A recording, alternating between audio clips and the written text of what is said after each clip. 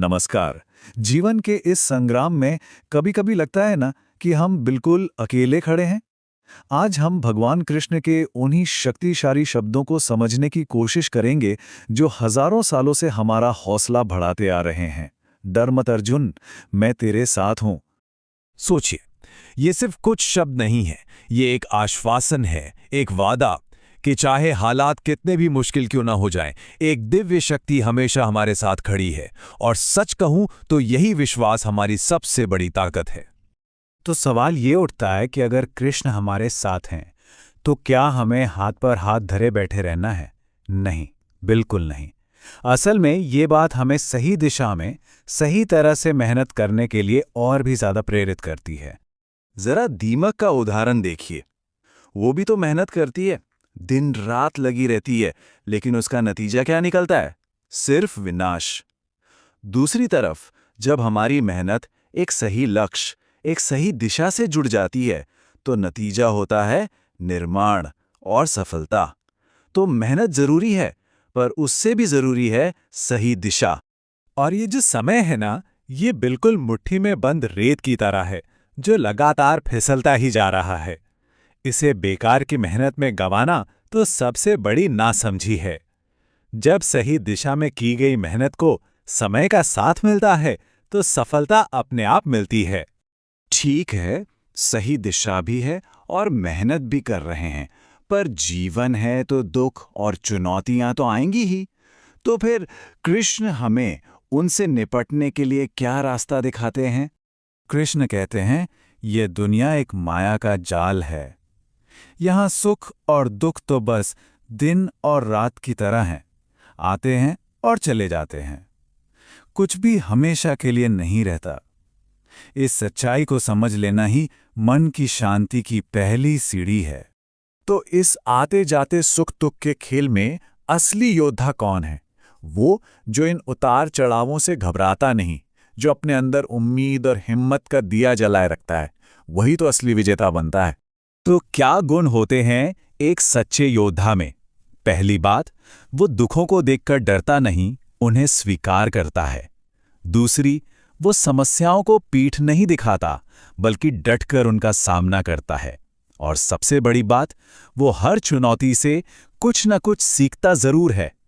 अब आते हैं उस बात पे जो शायद कृष्ण के संदेश का सार है, अपनी मदद खुद करना। तो ये पूरा ब्रह्मांड आपका साथी कैसे बनेगा? इसके 3 कदम हैं। पहला, अपने पैरों पर अकेले खड़े रहना सीखिए।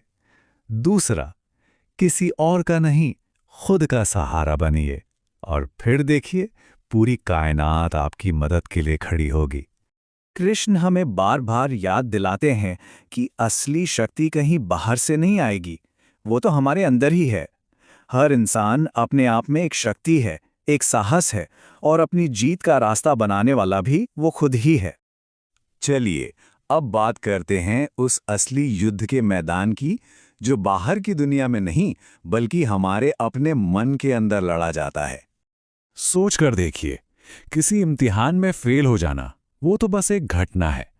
असली हार तो तब होती है जब मन ये मान ले कि अब मुझसे नहीं होगा। असली जीत और हार का जन्म हमारे मन में ही होता है।